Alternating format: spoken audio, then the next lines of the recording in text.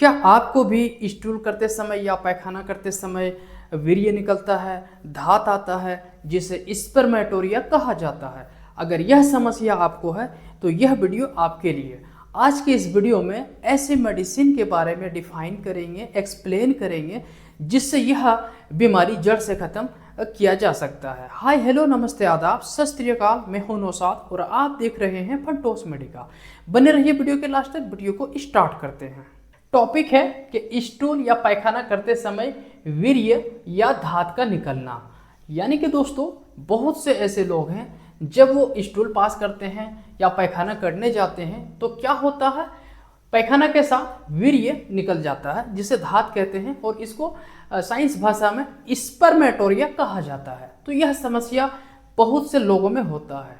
तो क्यों होता है, कारण क्या है, पहले काउज के बारे में जानेंगे, उसके बाद सिम्टम्स के बारे में जानेंगे। काउज, कारण क्या है? एक नंबर में है कॉन्स्टिपेशन, लंबे समय तक कब्ज रहता है और पैखाना करते समय ज्यादा जोर लगाना पड़ता है तो प्रोस्टेट ग्लैंड और सीमन ब्लैडर पर दबाव पड़ता है। इस दबाव की वजह से थोड़ा सा धात या वीर्य निकल सकता है, कभी कभी बिना जोर दिए, बिना दबाव के ही निकल जाता है। यानी कि दोस्तों, अगर आपको लंबे समय से कॉन्स्टिपेशन की समस्या है, कब्जियत की समस्या है, कब्ज की समस्या है, और जब आप पैखाना करते जाते हैं, पैखाना के लिए जाते हैं, तो क्या करते हैं, आप जोर लगाते हैं। अब जोर लगाते हैं तो क्या होता है, ज़्यादा जोर लगाने से प्रोस्टेट ग्लैंड, जो हमारा प्रोस्टेट ग्लैंड है, उसमें दबाव पड़ता है, प्रेशर पड़ता है, और उसके वजह से कभी कभी क्या होता है, वीर्य निकल जाता है। आगे है कि सीमन ब्लैडर में भी दबाव पड़ता है, सीमन ब्लैडर में भी प्रेशर पड़ता है, इसके वजह से भी निकल जाता है। बट इस दबाव की वजह से थोड़ा सा धात या वीर्य निकल सकता है। आगे है कि कभी कभी बिना जोर दिए, आपने जोर नहीं लगाया, उसके बावजूद भी आपका धात जो है डिस्चार्ज हो गया, वीर्य निकल गया या फिर चिपचिपा पानी निकल गया। आगे है 2 नंबर में, जो दूसरा कारण है कि बहुत ज़्यादा हस्तमैथुन या फिर अश्लील वीडियो, फोटो या किसी से बात करना, ये सब करने से वीर्य नलिकाएं संवेदनशील हो जाता है, जिससे स्टूल या पैखाना करते समय भी धात निकल जाता है या निकल सकता है। यानी कि दोस्तों, अगर आप बहुत ज़्यादा मास्टरबेट करते हैं, हस्तमैथुन करते हैं, हाथ से अपना पेनिस को इस्तेमाल करते हैं बहुत ज़्यादा, तो भी आपको हो सकता है। या फिर बहुत ज़्यादा आप अश्लील वीडियो देखते हैं, फोटो देखते हैं, जिसको कहा जाता है पोर्न वीडियो, ये सब अगर आप देखते हैं, या फिर सेक्सुअल रिलेटेड से लेकर के किसी से बात करते हैं, वो चाहे आपका गर्लफ्रेंड हो या फिर आपका कोई पर्सनल फ्रेंड हो, अगर आप बात करते हैं तब भी यह समस्या आपको हो सकता है।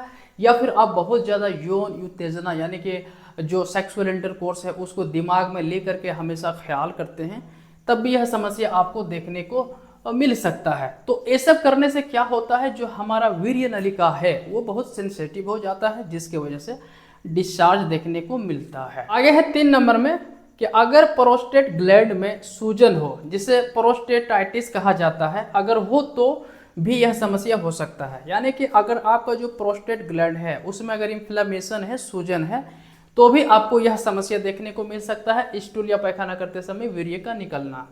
4 नंबर में है कि बहुत ज़्यादा कमजोरी, तनाव, नींद की कमी और गलत खान पान से भी यह समस्या हो सकता है। अगर आप बहुत ज़्यादा, आपके अंदर कमजोरी है, बहुत ज़्यादा वीकनेस है, आप बहुत ज़्यादा एंजाइटी में रहते हैं, डिप्रेशन में रहते हैं, चिंता करते हैं, या फिर आप प्रॉपर नींद नहीं लेते हैं, 2-4 घंटा सोते हैं, जबकि आपको कम से कम 6 से 8 घंटा तक सोना चाहिए, अगर ये सब की कमी है, और जो आपका लाइफ स्टाइल है खान पान का, जैसे जंक फूड, फास्ट फूड, तले भुने पकौड़े, समोसे, अगर ये सब ज़्यादा इस्तेमाल करते हैं, तो भी यह समस्या हो सकता है।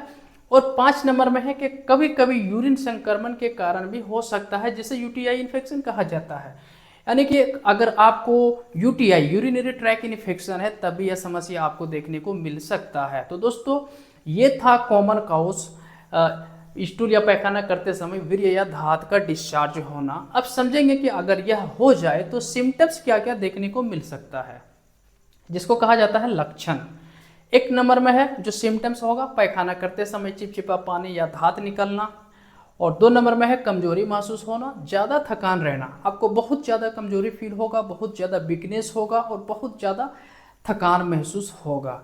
3 नंबर में है कि कभी कभी पेशाब में जलन और कमर में दर्द रहना, यानी कि अब जब पेशाब करेंगे, जब यूरिन आउटपुट करेंगे तो उस समय आपको बर्निंग सेंसेशन का फील होगा, और कभी कभी किसी किसी को कमर में दर्द भी रहता है, जिसे लोअर बैक पेन कहा जाता है। आगे है 4 नंबर में कि सेक्स करते समय 5 से 10 सेकेंड में डिस्चार्ज होना, और डिस्चार्ज होने के बाद पेनिस में 12 या 24 घंटा के बाद पेनिस में इरेक्शन आना, सेक्स करने पर फिर 5 से 10 सेकंड में डिस्चार्ज हो जाना इत्यादि। यानी कि दोस्तों जो आपका सेक्सुअल इंटरकोर्स करने वाला लाइफ पार्टनर है, उसके साथ आप जब सेक्सुअल इंटरकोर्स करते हैं तो क्या होता है, 5 से 10 सेकंड में ही इजैकुलेट हो जाता है, डिस्चार्ज हो जाता है, और ऐसा डिस्चार्ज होता है कि नेक्स्ट टाइम जो आपका पेनिस में इरेक्शन आता है वो 12 से 24 घंटा तक लग जाता है। हर पेशेंट के अंदर यह सिम्टम्स नहीं होता है, बट किसी किसी पेशेंट के अंदर यह सिम्टम्स देखने को मिलता है कि एक बार सेक्स किया 5 से 10 सेकंड में डिस्चार्ज हो गया, और फिर नेक्स्ट टाइम जब पेनिस में इरेक्शन आएगा तो 12 से 24 घंटा तक टाइम लग जाता है। और दोस्तों फिर जब 12 से 24 घंटे के बाद पेनिस में इरेक्शन होता है, और फिर से जब वो सेक्सुअल इंटरकोर्स करने जाता है, यौन संबंध बनाने जाता है, तो 5 से 10 सेकंड में फिर से इजैकुलेट हो जाता है, डिस्चार्ज हो जाता है। ये साइकिल चलते रहता है, और पेशेंट बहुत ही अपने आप में घबरा जाता है, डिप्रेशन में चल जाता है, और एंजाइटी होने लगता है। तो दोस्तों अगर ऐसा सिम्टम्स आपके अंदर है तो मैं गारंटी देता हूँ 100% आपको लाभ मिलने वाला है। ऐसा मेडिसिन बताऊंगा जिससे कि आपको पूरा लाभ मिलेगा और यह बीमारी जड़ से ठीक होगा। तो दोस्तों पहले जान लेते हैं नॉन फार्माकोलॉजिकल ट्रीटमेंट कि बिना दवाई से ठीक कैसे किया जा सकता है, उसके बाद समझेंगे कि दवाई से कैसे ठीक करेंगे और कौन सा दवाई से ठीक करेंगे।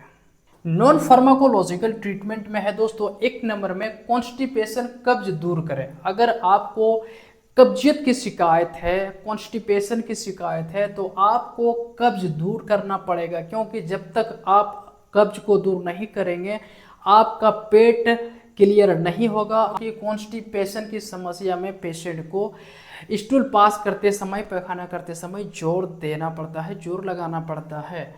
आगे है कि फाइबर युक्त भोजन खाएं, फल, हरी सब्जी, सलाद। कॉन्स्टिपेशन को दूर करने के लिए आपको फाइबर युक्त भोजन खाना पड़ेगा, फल, हरी सब्जी, सलाद, ये सब का सेवन करना पड़ेगा। आगे है 3 नंबर में ज़्यादा पानी पिएं, जीवन शैली सुधारें। यानी कि आपको बहुत ज़्यादा पानी पीने की ज़रूरत है, जैसे दिन में 4 से 5 लीटर। और जो आपका लाइफ स्टाइल है उसको चेंज करने की ज़रूरत है, जैसे तले भुने पकोड़े, समोसे इत्यादि ये सब को एवॉइड करना है, नहीं लेना है। मसालेदार सब्जी भी थोड़ा कम करें।